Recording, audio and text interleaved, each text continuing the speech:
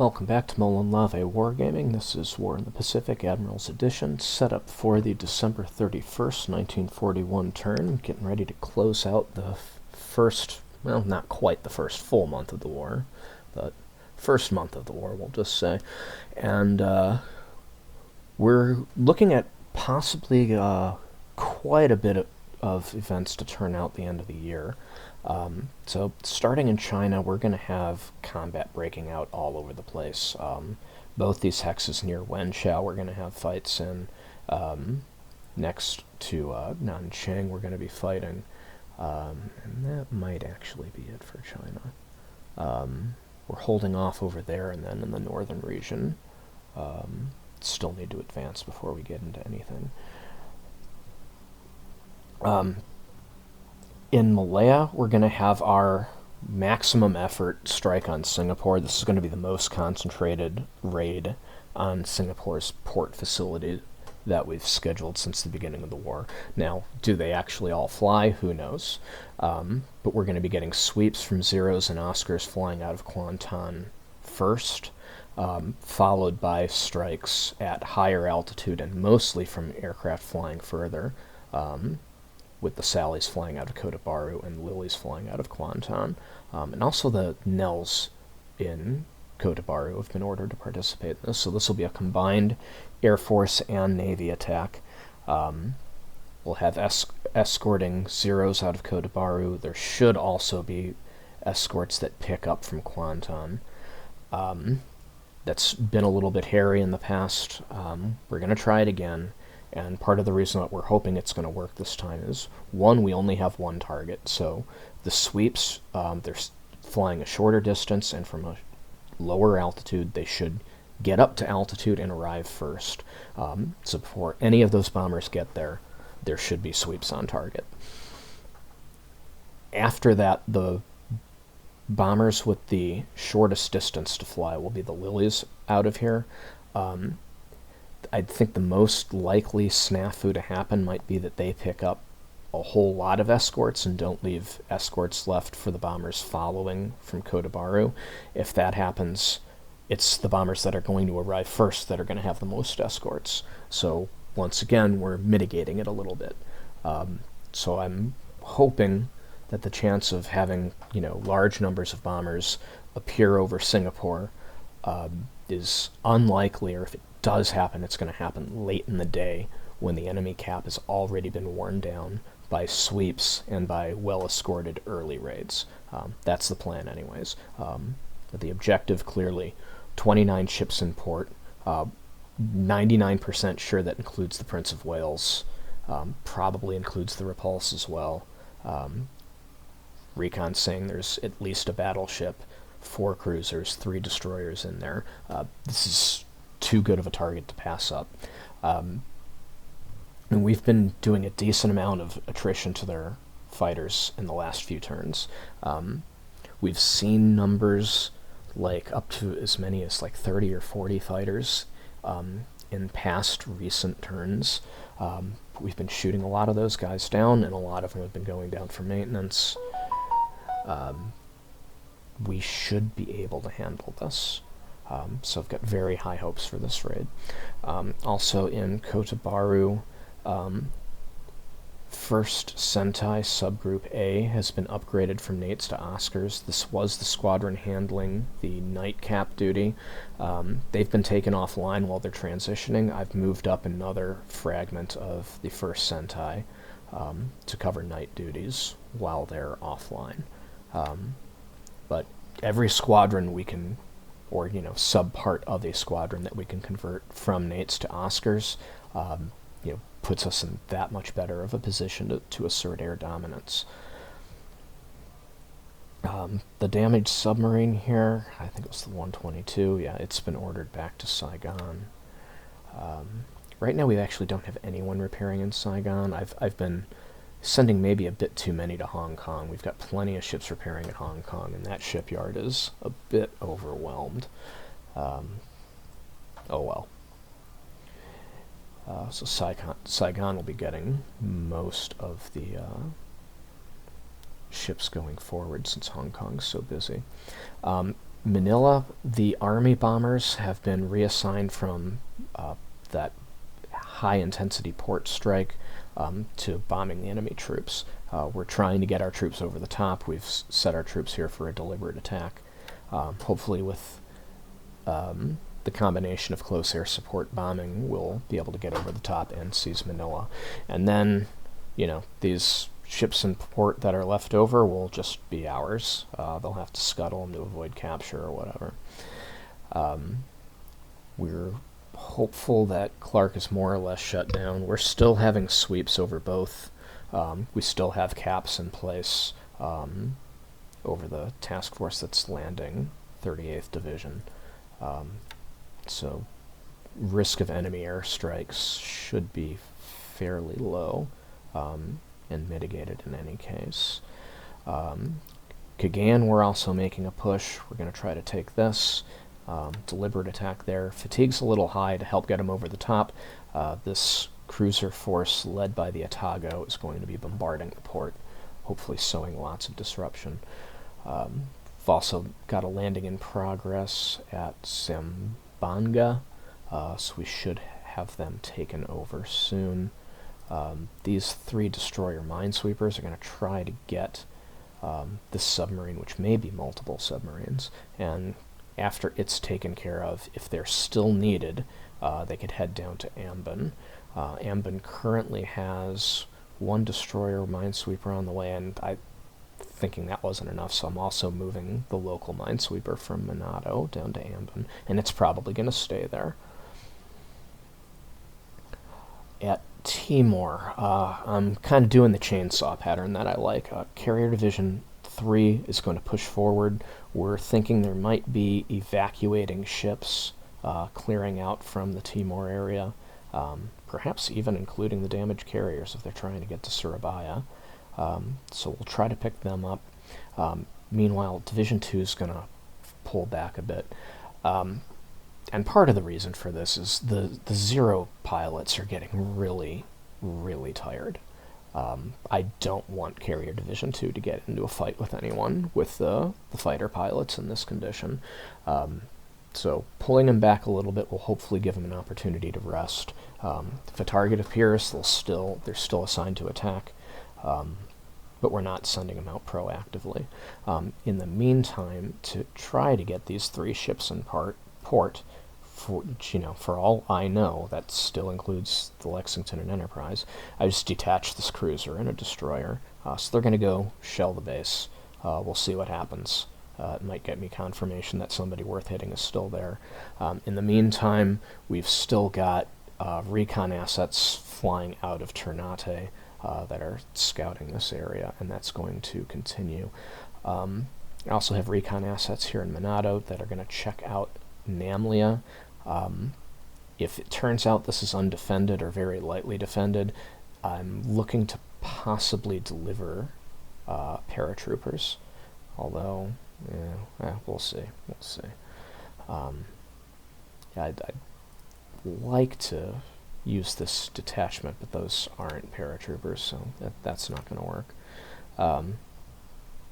But I do have ships heading for the Philippines to pick up the 2 paratrooper units there, and we're going to start heading down. So even if it's too late for Namlia, we can start picking up bases based on any recon reports that say, hey, there's no one here. So then just send paratroops there, touch the base, capture the flag, put our flag up. We can start to consolidate our control over this area. The Port Moresby amphibious group has more or less arrived outside or astride Rabaul. So Carrier Division 1 is going to start moving back through these straits while providing air cover. As that's happening, it's going to continue to provide airstrikes to Rabaul. And while we're doing that, I've assigned these guys to make an attack. So hopefully this is going to be it. We'll bring this kind of sad and embarrassing chapter to a close. The cargo ship here that was hit by a submarine last turn, I ended up scuttling. it had significant fires as well as, I think, 91 or 92% floating damage. It wasn't going anywhere. This AKL I've also ordered to pull out. We're going to just disband into port at Kavieng and try to put out those fires. The rest of the amphibious group is ordered to fall back, and I detached one destroyer to stay behind to try to get some hits on these submarines in shallow water. And of course, Carrier Division 1 is going to continue to attack them. And now that I'm mentioning that, I notice that this anti-submarine arc might not be ideal as that moves through, so I'm just going to go ahead and adjust that to face a little bit more west, and that looks much better. So 1, 2, 3, 4, they'll be flying there. Just from there, we want to make sure. Actually, let's move this like another 20 degrees over. Oops, wrong squadron.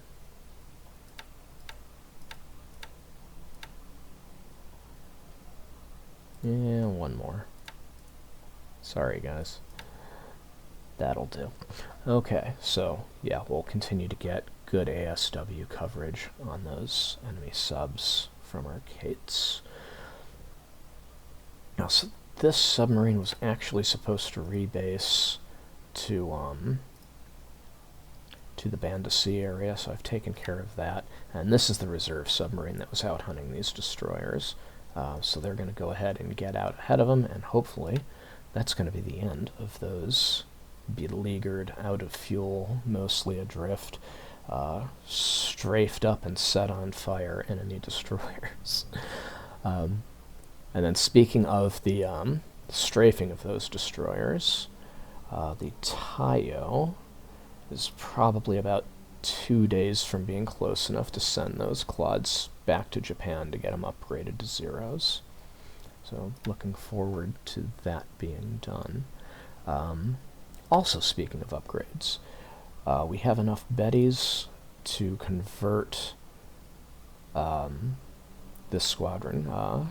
First Coup K1, so they've gone from Nels to Bettys. Basically, they had been assigned to be doing port strikes at Manila. They weren't flying a lot of those missions anyways, and in any case, we're hoping Manila is going to fall imminently, so this is a really convenient time to upgrade them. It's going to take a few days for those bombers to come online, so while that's happening, well, they're not as needed as they have been at other phases, since we're kind of getting to the end game for the enemy's bases in Luzon. And with that, I'm going to go ahead and close the setup out. I'll see you in the replay. Happy New Year. Closing out the year, December 31st, combat replay in progress. Alright, picking up another base in the Philippines.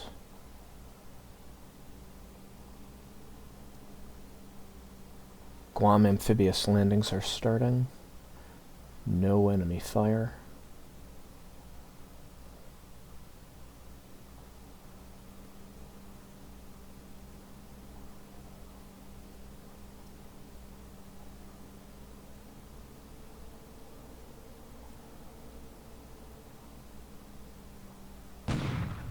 Alright, let's see who's here. Recon said there were three ships here. One classified as a destroyer, the other two were not classified, and we hit nothing. Alright.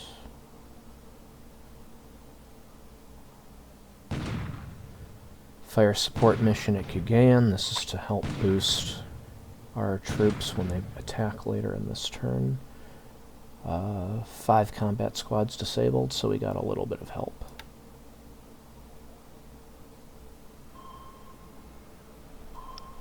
Alright, let's see if we can get the sub. Oh, of course we don't.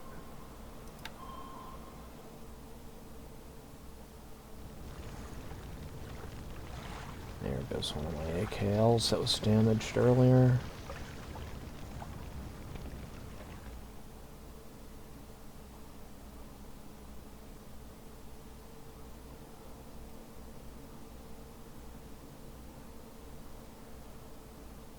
So pretty uneventful overnight phase.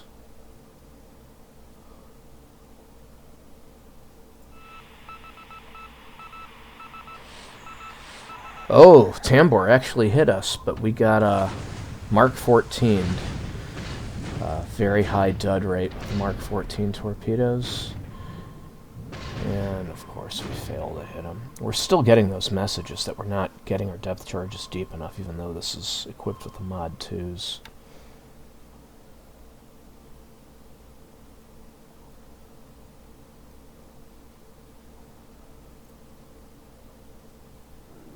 Ooh, we may have just detected somebody important by Suva.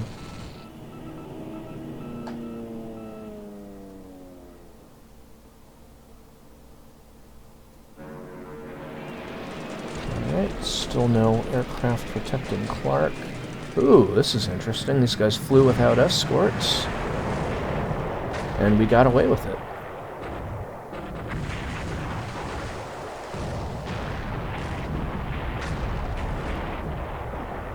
Come on, guys. There we go. Alright, well, there were 4 of them. We got 2. Not too bad. Alright, Battle of Singapore. So in spite of all that planning,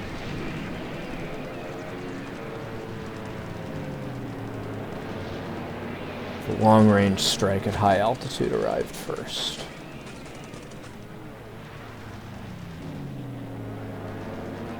So once again, we're at risk of taking a whole bunch of unnecessary bomber casualties. So it looks like these Zero escorts are flying exclusively out of Kotabaru. We did not pick anybody up from Kwanton as assigned.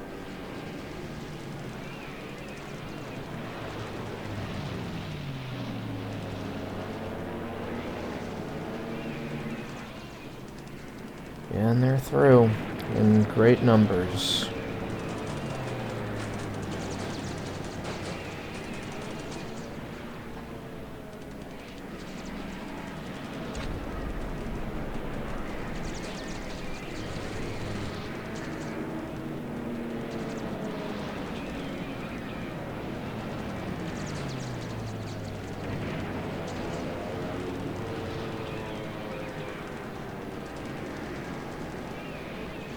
Oh, it could have been so much worse. Maybe we're getting helped out by the storms. Alright, so we did get a small bomb hitting the repulse, so at least there's some value in this attack, and that we've confirmed that the repulse is here. Come on, let's get the sweeps in.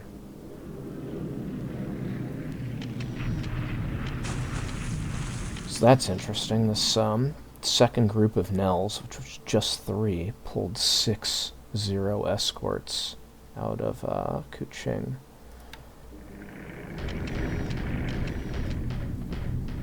Oh, wow. Well, so much for the sweeps.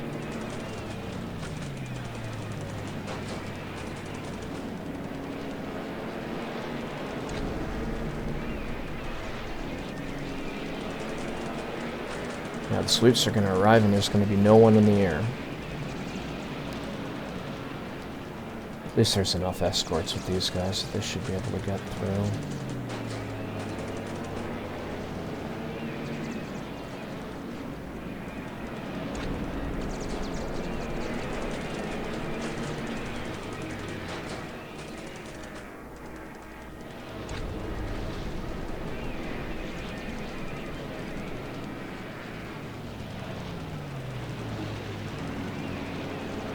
Oh wow, they're through the bombers already. It's like my fighters weren't even there.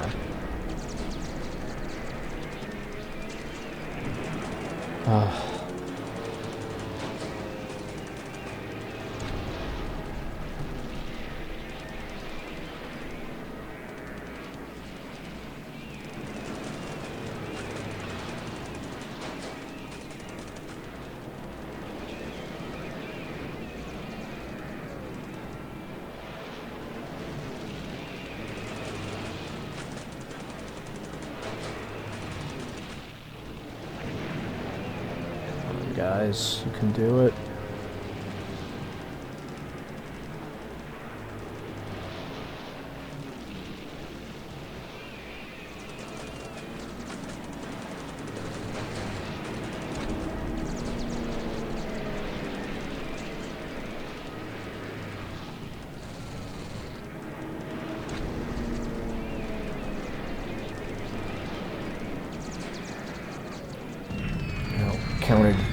Great Sally's lost. Oh, and they're not done yet.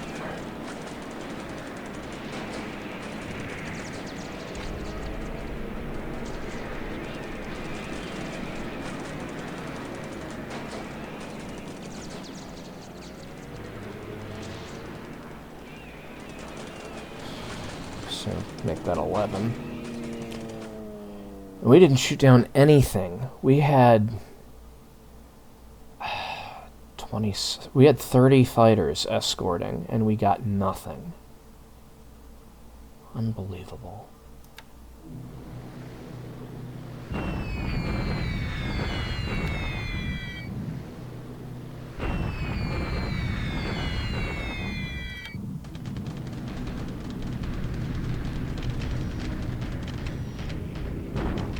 Wasn't the forecast for clear skies too, and we ended up with severe storms?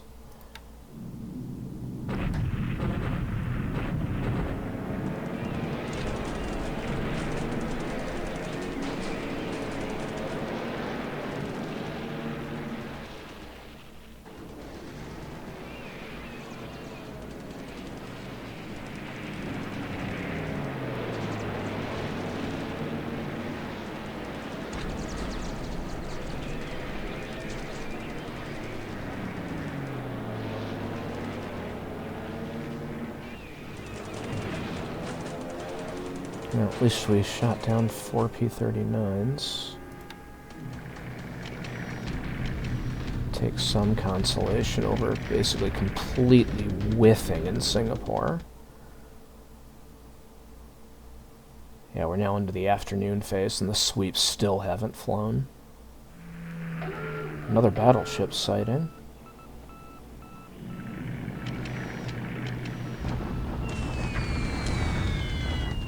Hey, we got a hit. And fuel cargo burning. That's good. There we go. 2 bomb hits that time. No troop casualties being reported. And after this, I think we should have torpedoes on these planes.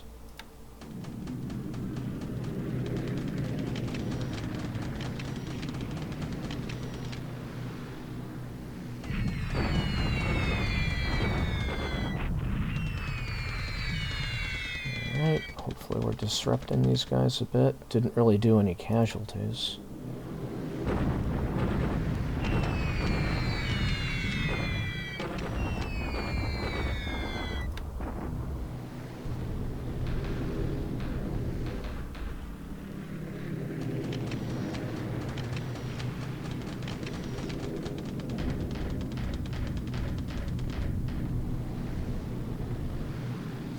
Wow. No sweeps. No sweeps. I can't believe this.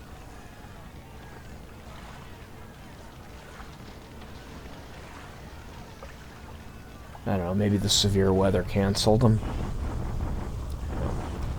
Now have overwhelming force in Temelo. At least we have that going for us. Enemy unit surrenders. Got like 200 squads destroyed. Alright, Kagayan. Let's see if we disrupted these guys enough to take them. There we go. Got a few units to surrender here. Got a P-38 on the ground. Alright. Not bad at all.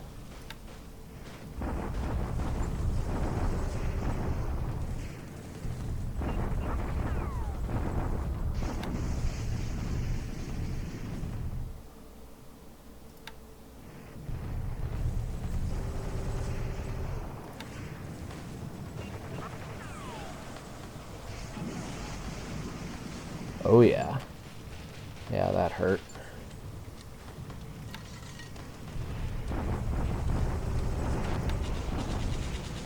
Finish off the sweep unit. Well, didn't finish off, they retreated.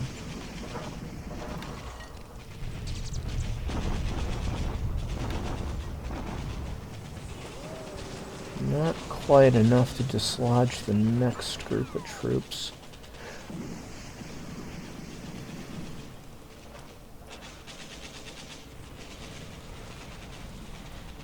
Obviously, The victorious units next to them will come and join them for the final push. Yeah. Yan Yang does not have all that much defending it compared to what I brought.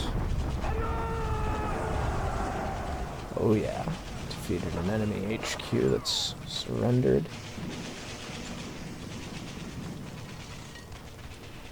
So that looks like it hurt. Probably on to Xinjiang next for these guys. And Manila. This is kind of the big one. Hello, you fighting orphans of the Pacific.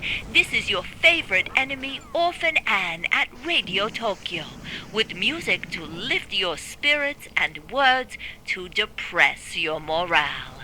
But first, Imperial General Headquarters announced today that the ever-victorious forces of the Japanese Empire have captured Manila.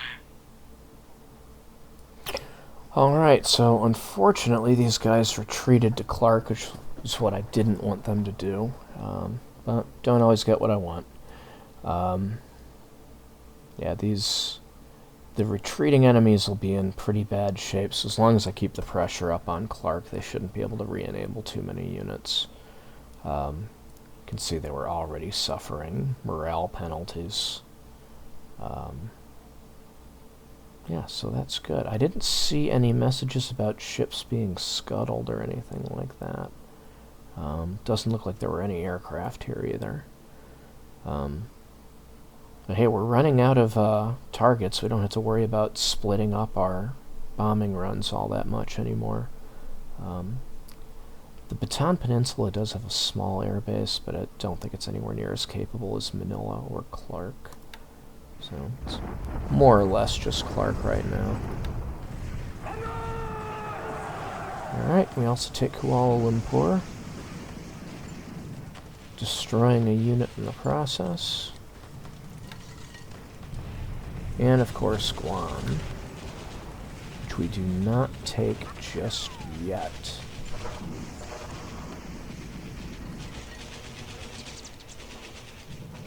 We're taking off fatigue malice, so nothing that can't be cured by holding off a day or two.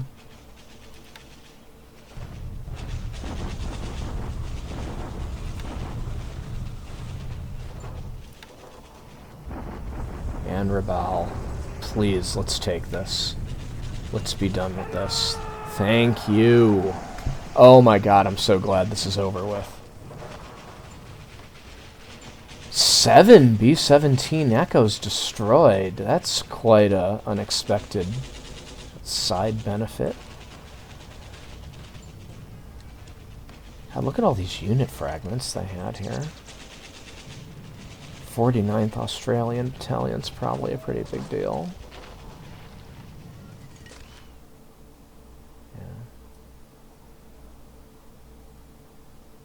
I'm guessing the destroyed units are just going to be these unit fragments. So like, you know, A Company, NG rifles, etc.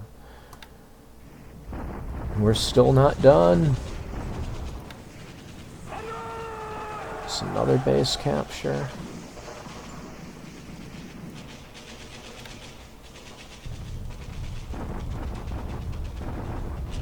Allied shock it. Oh, that's them. Alright, so they crossed a river, probably? Yeah, that's a river crossing. So the enemy crosses the river, does an automatic shock attack. Odds 1 to 2. They hurt us. 73 squads disabled, 1 destroyed. Of course, they took the worst of it with 210 disabled and 3 destroyed. Where does that leave us, probably? So they... Well, let's go back further up. So they started off with 638 AV. So I should probably look up like how much AV each squad contributes, so I could get some idea. But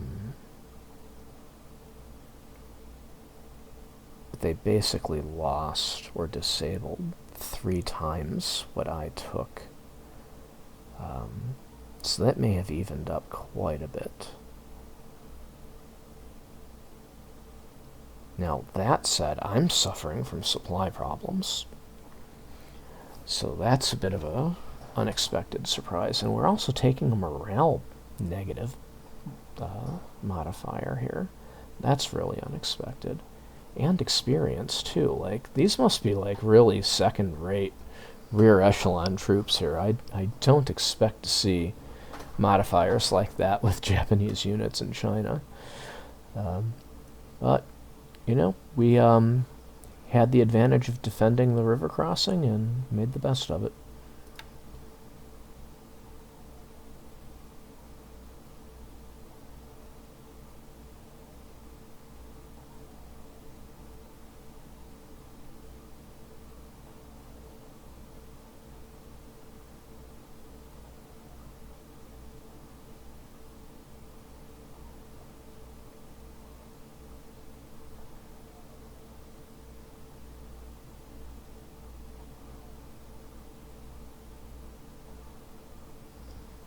Alright, heading into the post-turn analysis, you can see that this is the biggest victory point gain of the turn.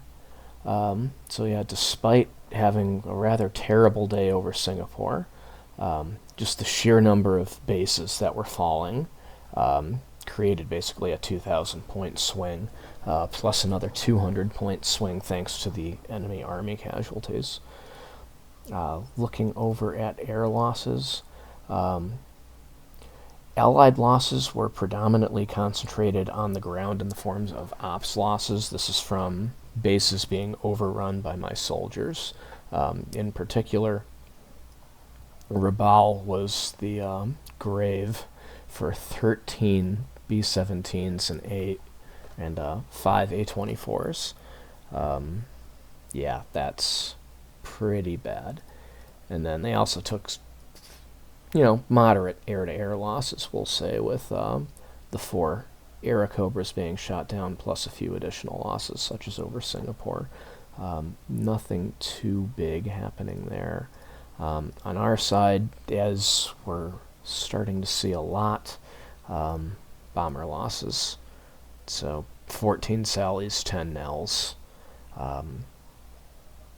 Predominantly, if not all, shot down over Singapore. Aside from that, a few flak and random air-to-air operational losses, just kind of the cost of doing business. Nothing too important going on there. Taking a quick note or look at the alerts. Prince of Wales was apparently reported sunk for a while. I don't think I noticed that, or if I did, I forgot. But it came back off the roster of sunk ships, which is fine because we know that it made it safely to Singapore. Come to think of it, okay, I do remember saying that last turn, that it was reported, and we said the same thing. Alright, so one more quick thing I just want to look at before sending us back to the map. Upgrades. We haven't looked at this yet, but January 1942 is a pretty busy time for upgrades. I'm not too concerned about the upgrades on these transports. Not really sure what we're doing with these. Could be primarily an AA upgrade since they're getting these 25 millimeters added. Yeah, and then I can convert these transports to submarine tenders, which doesn't seem like a good move. So I can get these USNAs upgraded at my leisure. Nothing too important there. Fubuki 1s have a fairly important upgrade. Getting a range increase.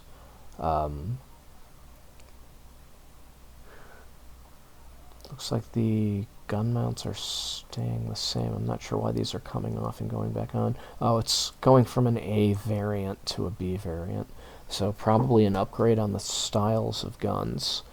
Getting a few more anti-aircraft guns, and getting several more depth charge racks. So the depth charge racks in particular is going to be the important upgrade here for the Fubuki 1s. Destroyer minesweepers. getting a depth charge upgrade to the Mod 2s. So these are allegedly the deep-reaching depth charges. So that means this entire class of DMSs are now going to be very well suited to becoming basically escort ships for tanker convoys in particular.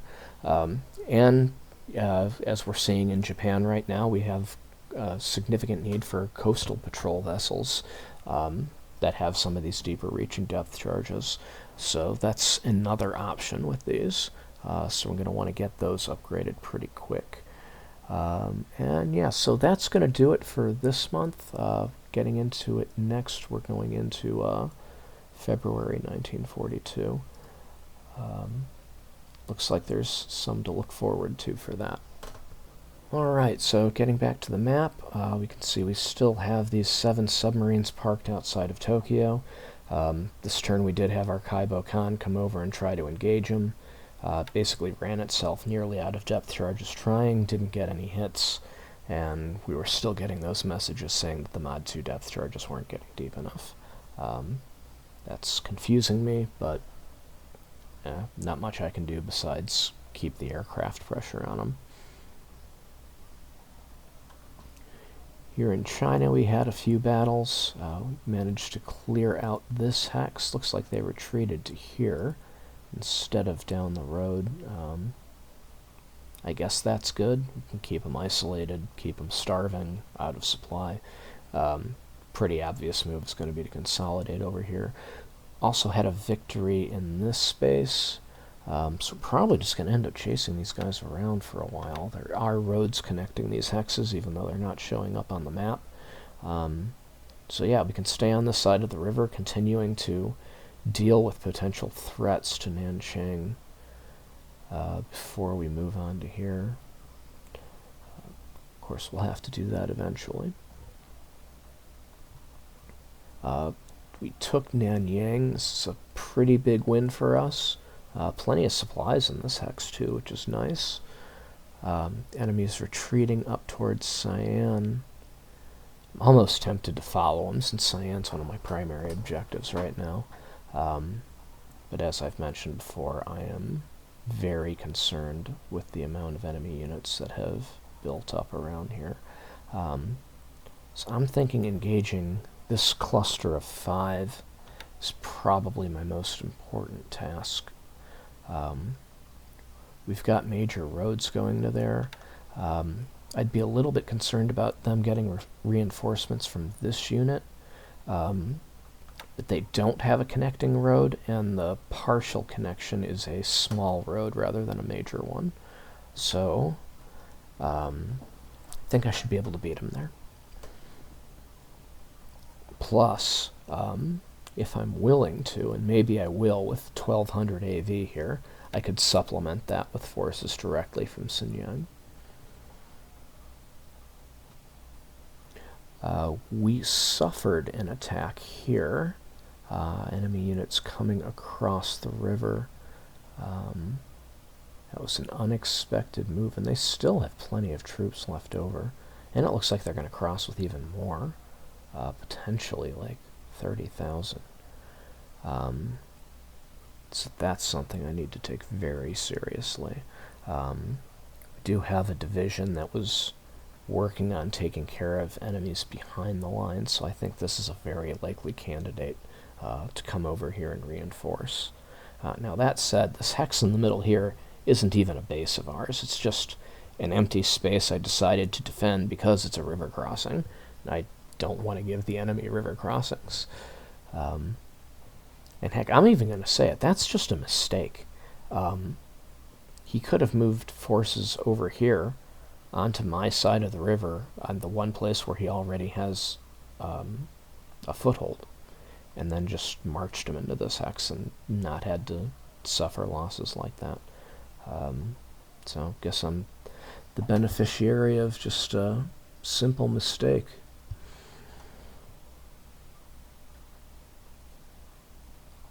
Still waiting for additional troops to arrive here. Haven't reached him yet. Okay, so 8 more miles to go. We might be making that within another day or two.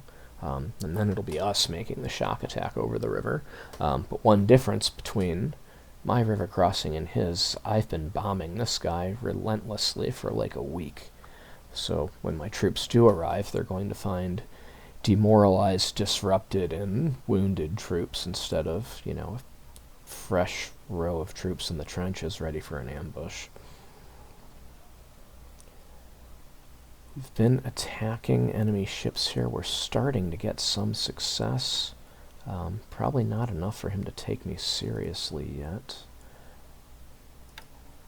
So it's possible I may have shot myself in the foot by not authorizing torpedoes, now that the torpedoes are in fact present, because 11th Air Fleet Headquarters is here, and they do have torpedoes, and heck, we're gonna maybe even add a few, if it'll let me. It's not letting me. That's fine. Probably because they're not fully unloaded yet. I can take these guys off full speed because there's no longer a rush now that they're here. So that is happening, and we have our tank regiment that is taking point. I really just intend this as a blocking force while we consolidate Tavoy and Mergui. Just want to make sure there's no enemy units that are going to disrupt our bases from behind our lines.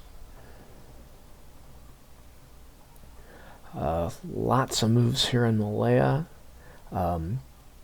Thanks to the fall of Kuala Lumpur, this means I now have a direct rail line that actually connects all the way from Phnom Penh, all the way down here, and all the way to Kuala Lumpur.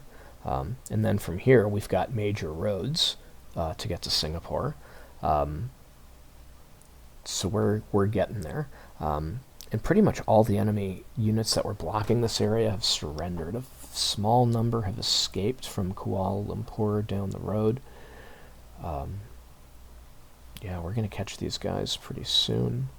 Down to the last 3 bases before we're able to put the direct siege on Singapore. Now, one possible benefit that I have that I've opened up all these bases is, for example, like here's Kuala Lumpur with a current air capacity of 2 and can go as high as 7. That's a decent sized base. So maybe I can put some aviation support here, and then I'll be operating fighters out of 2 forward bases instead of 1. Might just help with coordination a little bit. I'm not sure, but I need to try anything at this point, because the situation where I just keep bombing Singapore and I'm under escorting, not escorting, not sweeping, it's not going well. We can't be giving away this many planes and pilots. Yeah, speaking of pilots,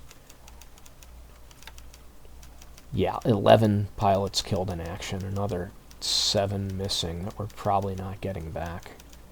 Yeah, that's pretty bad. And we've already got 2 aces, either killed or wounded. Or killed or missing.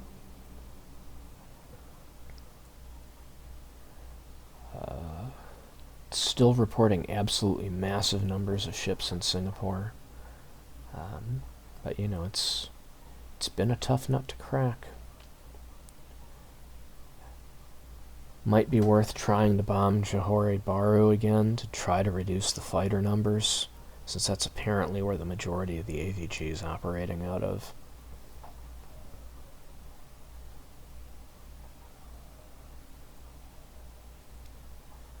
Relatively light naval presence pretty much everywhere else. Oh, look at this.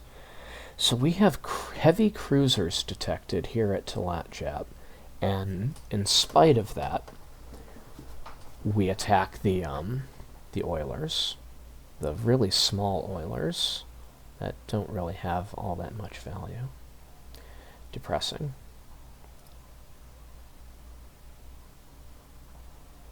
Hmm. May want to transfer more zeros here. I'm sure they aren't going to let us hit Talat Jap again without there being fighters present. So something to watch for. They may even be American fighters by now. Could be reinforcements. So we're still reporting ships in harbor here, even though we didn't actually hit any. Carrier Division 3 did not spot anything on its little trip forward. They're starting to run low on fuel, at least as far as the escorts go.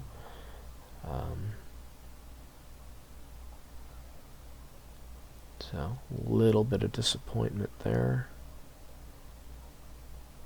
Ambon's still badly damaged. Carrier Division 2 is being tracked.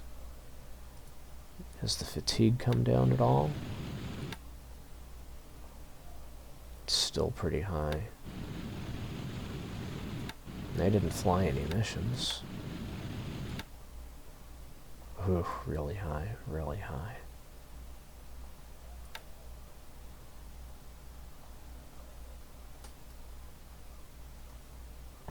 Submarine concentrations off Catawba.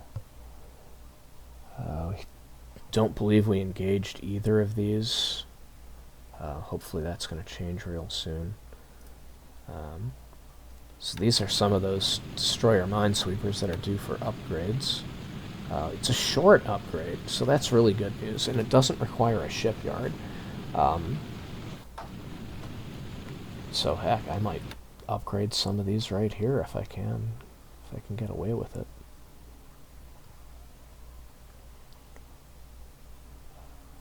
So our victory at Cagayan was kind of a big deal. Lots of supplies in this hex. That makes me happy. You do have enemy units retreating out of here, although it's going to be a long march for them through the jungle before they get to anything good. And heck, if they want to walk right back into the space, if I vacate it, I'm not even going to care. Space does have a garrison requirement, so that actually means that this SNLF unit is going to be stuck here for a bit until I can find them a replacement. At least we got some light industry out of it, right? Meanwhile, I can use the enemy, or use my forces here to take the rest of Mindanao fairly directly. Looks like everything of any significance is on a major road or within one hex of departing a major road. So that should go fairly quickly. We're not going to have access to Manila yet, thanks to Bataan. We can't pass through here without being engaged by the fortifications and shore batteries. I'd like to know what happened to the rest of the ships there. I mean, it's not like this area isn't being searched. And I have PTs on patrol in the coastal hex outside of there, plus this guy kind of acting as a tripwire in addition to all the aircraft. So, I don't know, maybe some of those reports about aircraft or ships present at Manila were outdated. They just stuck around. Oh, and thanks to the retreats from Manila, we now have a very, very large force here. 700 guns, 600 AFVs, mostly tanks probably. So we got half that number in tanks at Manila, and not quite enough to match that number in Lingayen. And then our guns number 375. Listen, basically just call that 3. So it's pretty even. Pretty even it looks like in terms of just raw combat potential between these forces. But then you also consider that a lot of what's here on the Allied side are fairly low-quality Philippine troops, so it's very likely that the enemy combat power is overstated, and plus we're the ones that are going to have overwhelming air support, because all that's really left for my bombers here to do is relentlessly bomb Clark, ground forces, and possibly the airfield if I need to, although there really aren't many planes left to disable. Bombing the airfield will help reduce enemy supply levels, so it's probably still worth doing. Just probably not worth doing that much of it.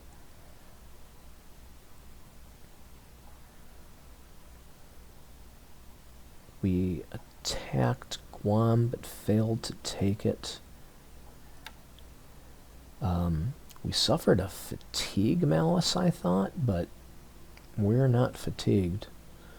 I think we can probably just keep attacking.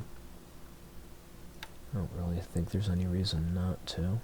I mean, there's basically nothing here. If I need to, and maybe I want to, I can go ahead and provide some naval gunfire support. Help take care of that.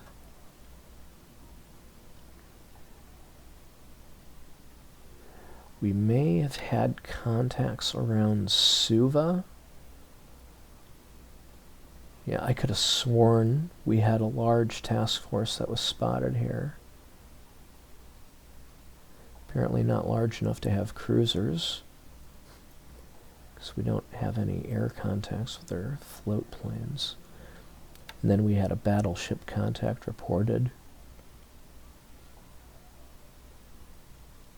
which I guess must be this activity at San Diego.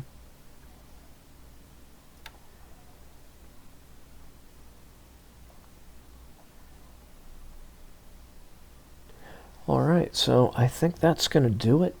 See you guys for the setup. Thanks for watching.